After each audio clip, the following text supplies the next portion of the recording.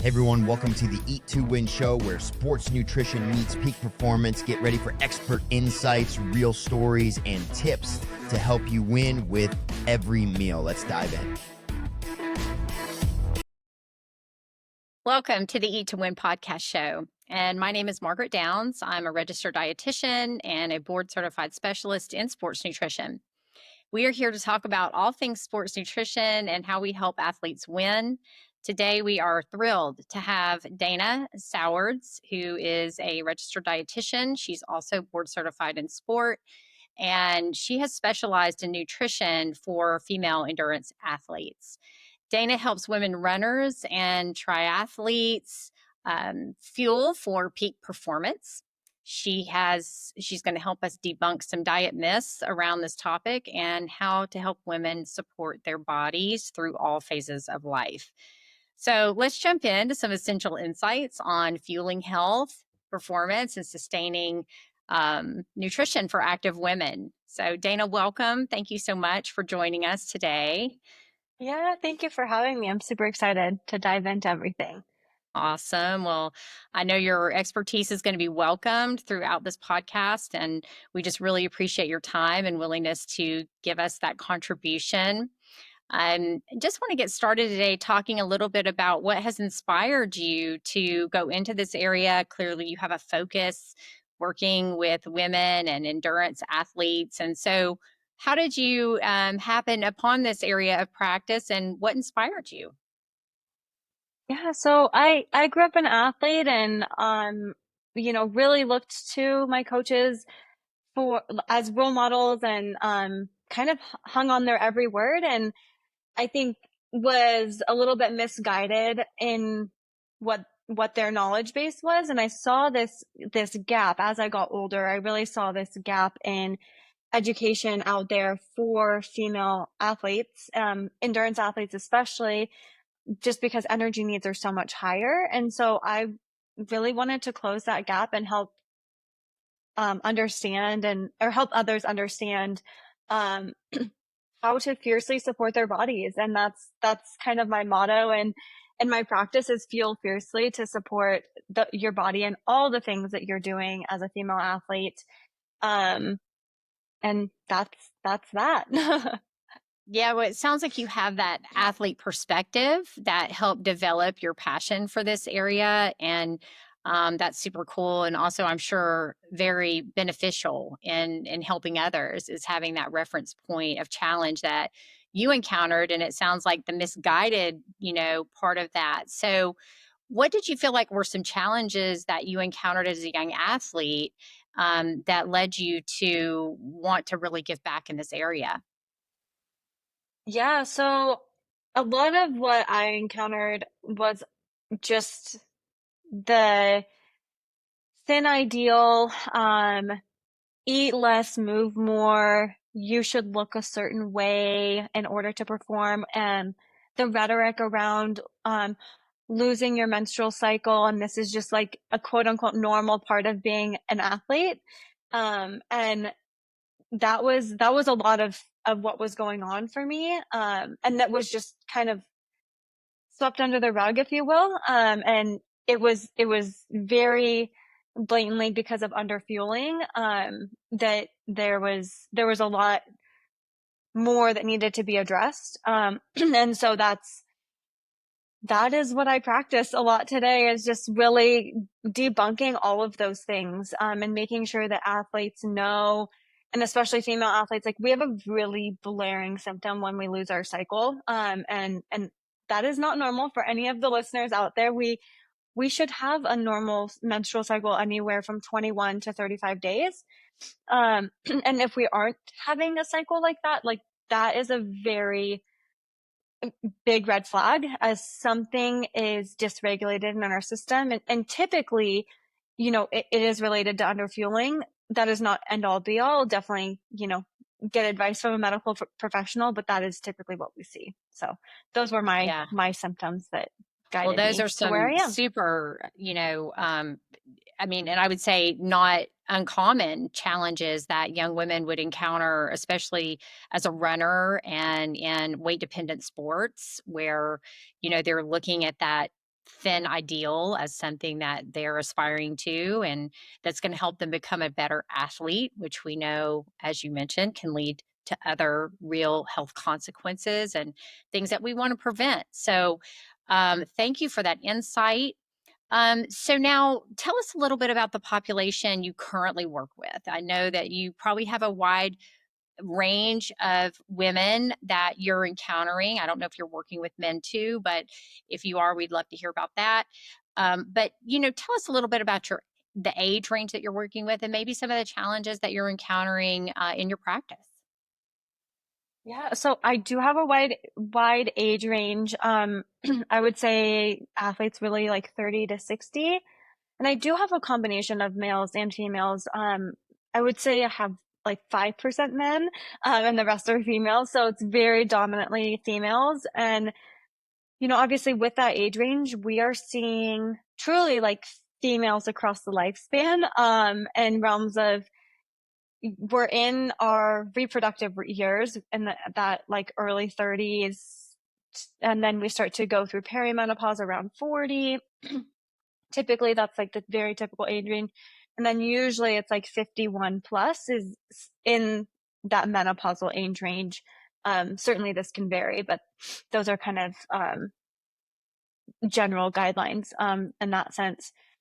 So across those different life cycle pinpoints, energy needs differentiate just how the body is responding to nutrition and training, and honestly how the body feels on different days. That's a lot of what we go into. Overarching with my female athletes, and actually even my male athletes, I would say the largest thing that I see is under fueling and just honestly, you don't know what you don't know.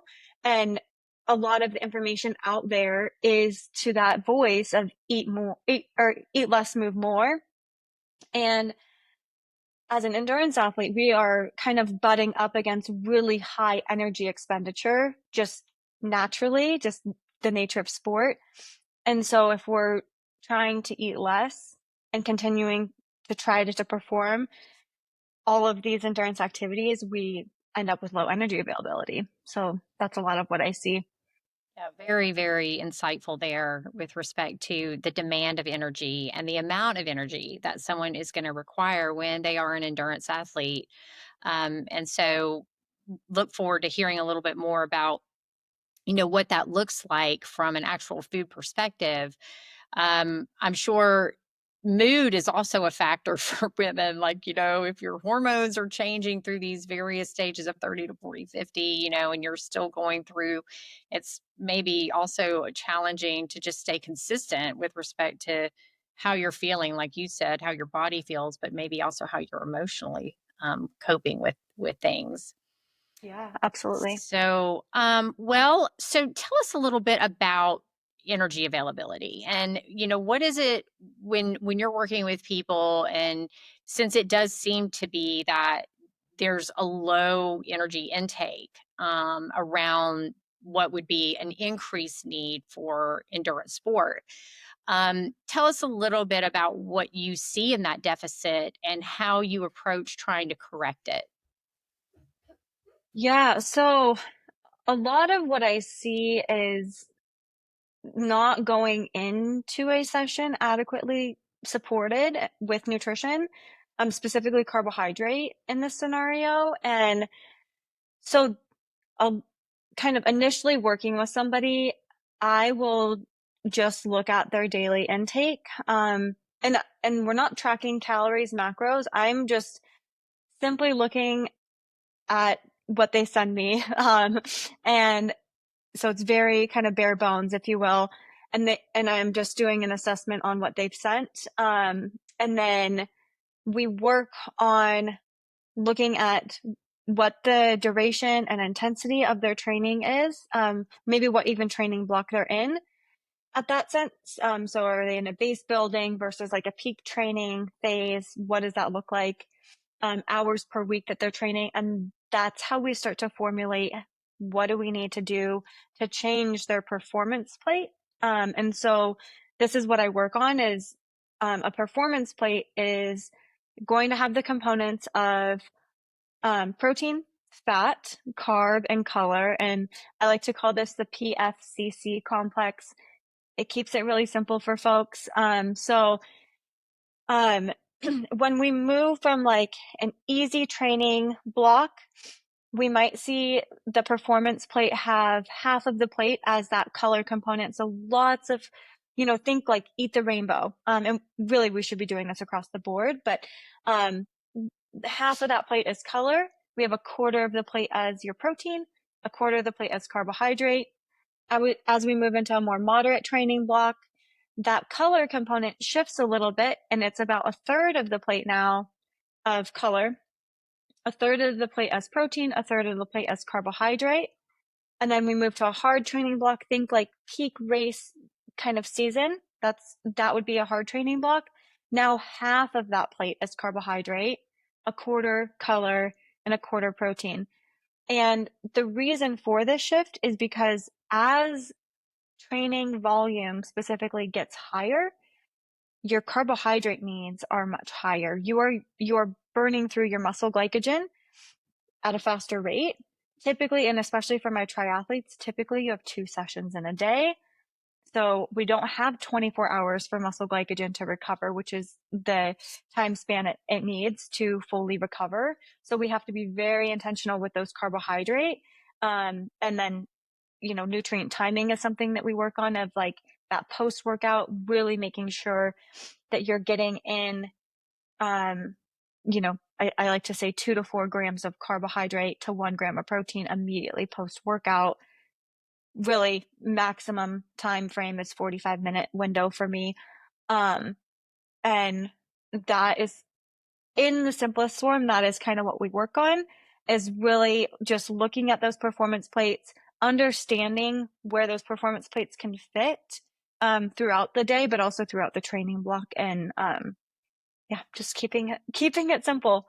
I love that simplicity message there that you're providing, as well as just being able to use this pictorial image of plate presentation and changing these elements of nutrition depending on level of activity, and how useful that is, I'm sure, for people to do and maintain, because I came from a place in practice before the performance plate was developed and we were even using plate methods, and it was so much more complicated. People were keeping track of all their macros, and they were so numbers focused. And so I'm curious what you do when you have a person who says, oh, well, I need X amount of grams of this, or I need this many calories, and how you kind of reshape their perspective of that balance, it sounds like, with the plate. And are they receptive to that? Mm-hmm. Yeah, I love this question. So I would say everybody that comes to me has been tracking macros specifically. Because they use apps to do it, right? So they're using like the apps, and this is what they're using to see. Yeah. Yeah. Or, they were told Eat to by Win a coach. doesn't do that, by the way. We use pictorial images in the Eat to Win app, which is built for athletes. So, I love that. Got to put that in there. I love that. That is, I mean, there's so much value in really zooming out and listening to your body. And I think athletes are some of the most in tune people with their bodies. And certainly we see exercise, and especially intense or really long duration exercise, blunt the appetite. And so there's times I say we can be very intentional with our fueling. And I talked very shortly about nutrient timing in that post-workout window. That is very intentionally focused nutrition. Same thing with your pre-training nutrition. And then there's also times where we can be a little bit more intuitive, where, a rest day, maybe our appetite is really ramped up on a rest day and you're feeling hungry every 2 hours. So eat. If you're hungry, eat.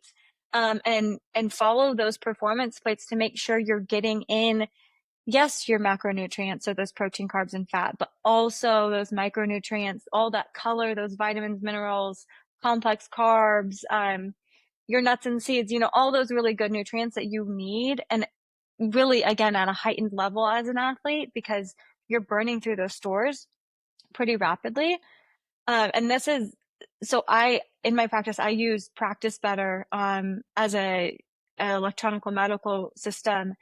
And it's really cool because you can take a picture of your food. And this is what I use with a lot of athletes is I'm like, just take a picture of your food. If you love the logging and that's something that makes sense for you, love that for you. Like, eventually I have them move away from that very gradually, and move more to a picture base. But that's a lot of what I do. And a big thing that I help individuals that come to me tracking macros understand is like macros, they do serve a purpose for, a moment in time, because it helps build awareness around, a nut, for example, it's not just a fat. It also has some protein and it also has a little bit of carbohydrate. So it's a complex little thing, a complex little food. Right. And so it helps build that awareness and understanding of kind of where to plug things in and what purpose they serve in your diet, where they fall on that performance plate. So that's really valuable. But then we have to zoom out and take that step back, because longevity and sustainability of nutrition is not tracking every morsel of food you put in your mouth. That's super tedious. And we have to just Break away learn to from that. listen to the body, and have food for fuel, but also for pleasure and enjoyment and all of the things. So Wonderful. And I love how you also just tapped into the intuitive part of that, which is, really being able to recognize those hunger and satiety signals and listening to your body, and how that all kind of works collectively to lead someone to a healthier balance with food. So that was definitely well informed. Well, we're going to take a quick break. Stay with us. And we're going to thank our sponsors. You're listening to the Eat to Win podcast with your host, Margaret Downs. Liquid Fuel is a new sports and hydration product formulated by a sports dietitian to give athletes the edge to train and compete longer. It contains low glycemic carbohydrate platinose designed to keep blood sugar levels more stable, to provide energy for 3 to 4 hours without the blood sugar crash seen in other leading sports drinks. Its unique 4-part electrolyte formula includes 50% of your daily magnesium need to optimize muscle function. Liquid Fuel is naturally sweetened, along with no artificial ingredients or colors.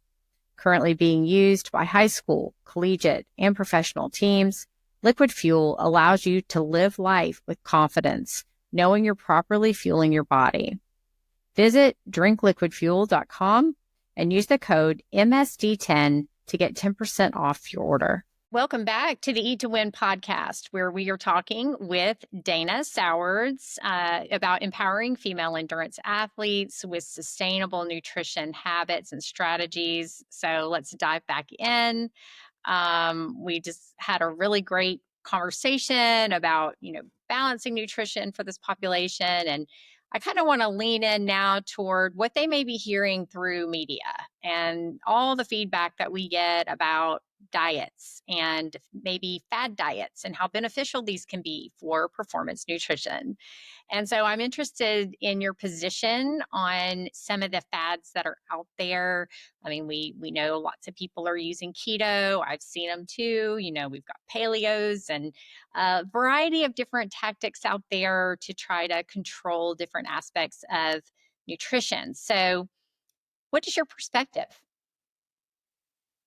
so I think what's really important to understand here is that the data from these diets were initially performed in a clinical population of obese, sedentary men trying to lose weight for surgery or metabolic control, which is not what an endurance athlete is. Like, you're not sedentary. You're super active. And, if a lot of the population I work with is age group athletes that yes, they're also an endurance athlete, but they're also, a mom or a dad, and a professional and, doing lots of things. And so the studies really just aren't appropriate for this population for those dietary patterns. And if we kind of zoom in on female athletes specifically, both ketogenic and intermittent fasting, some of their main claims are basically, especially in endurance athletes, are triggering that metabolic switch or that ability to utilize fat for fuel. Females were already physiologically primed to do this. We are great fat burners. That's what we do. And so this, if we are looking at the role that ketogenic and intermittent fasting play in the body, it causes a lot of stress on our system to, one, especially for fasting, to leave our body in a catabolic state. And this can cause a lot of disrupt on things like your ability to build muscle. And for a lot of females, that's already a challenge. And specifically, women in our brain center called the hypothalamus, there are two reception areas for a neuropeptide called kisspeptin.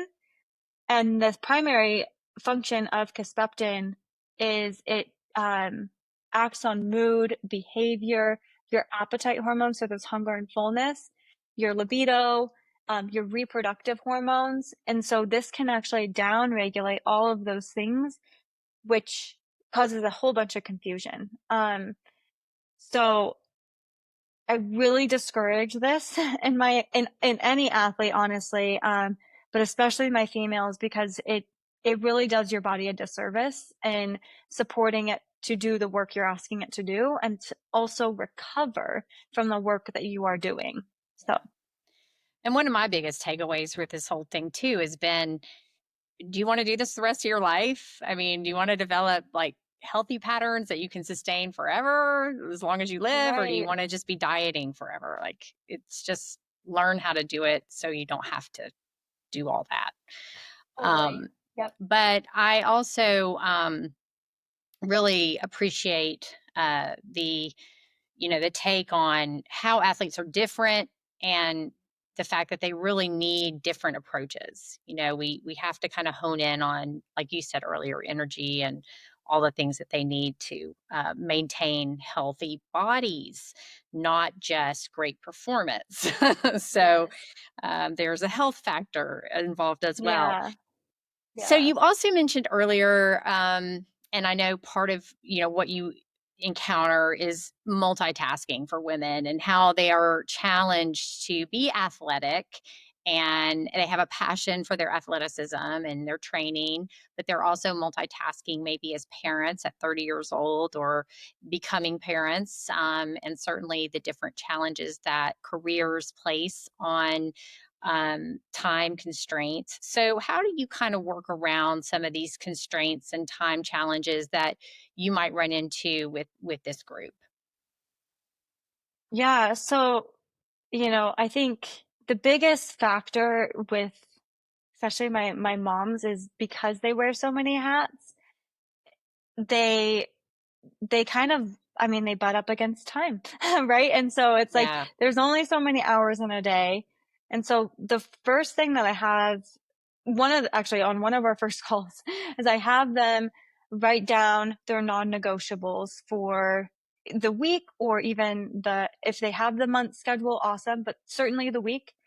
And we kind of plug around that. It's a little bit like Tetris of like, okay, where's your time? Like where can we plug in meals? And I honestly have them program this, because a lot of the feedback I get is I don't have time.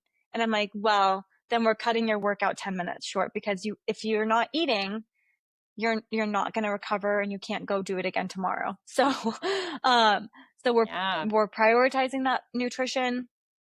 We're looking at days that they can go grocery shopping, and maybe have like a little buffer, 20-30 minutes after they go grocery shopping, to do a little bit of prep, just to set them up for success. That might be washing and chopping veggies, or getting some proteins cooked, or something like that. They can just have those components of the plate cooked so that they don't have to kind of be scrambling when it's like, oh, it's 5 p.m. and it's dinner and I don't know what I'm making tonight.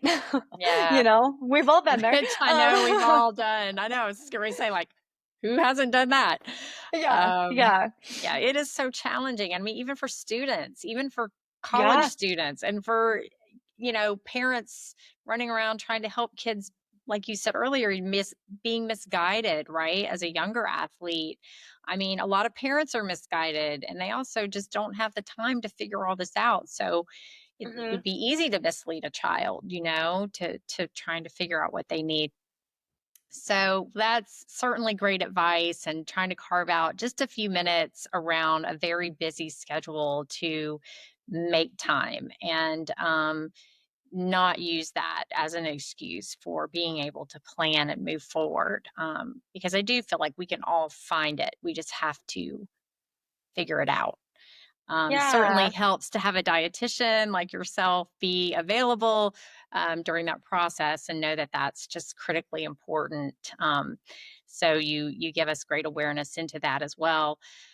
Lastly, I'd like to just leave our listeners with maybe a piece of advice that you would have for a younger female coming into this area of endurance sport. And, maybe your younger self, like, what would you tell her around, more sustainable performance nutrition? And what would you leave her with?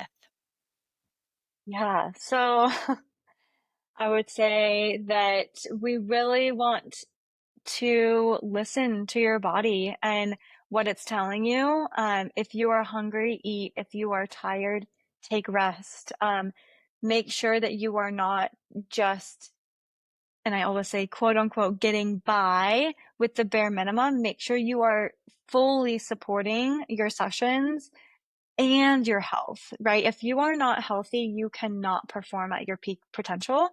So health first, performance comes second, and truly keep it simple. Do not overcomplicate your nutrition. Think of that performance plate: protein, fat, carb, color. Work with that dynamic and you're going to do awesome. It's going to, nutrition, there's a lot of noise out there, and social media certainly makes nutrition feel really, really complex. But if we just break it down into that performance plate in a way that feels approachable for you, it's going to be great. You're going to, you're going to crush it. Well, it is really, really insightful to hear from you, Dana, and have your expertise to share with our listeners. You've really broken it down, the fact that having a dietitian on board is just extremely important for this entire age range of people, from young girls to around that age of giving birth and having a family, all the way up into menopause, perimenopause, and menopause. So thank you so much for that. And I want to leave our listeners with your contact information so they know how to get in touch with you, and we can wrap it up. Thank you so much for having me. So how can we get in touch with you? Oh, so you can, my Instagram is a dash of Dana. And that's probably the best way to get in contact with me. My email is also dana@a-dana.us. So Super. both of those are really awesome ways. Well, thank you again. And that is it for today's episode of the Eat to Win podcast show. Huge thanks to Dana Sowards for sharing her expertise in sports nutrition for female athletes. If you enjoyed today's episode, please like, subscribe, and share with your community. And until next time, keep winning. Thanks for joining us on the Eat to Win show. Remember, every meal is a step toward victory. Until next time, stay strong and keep winning.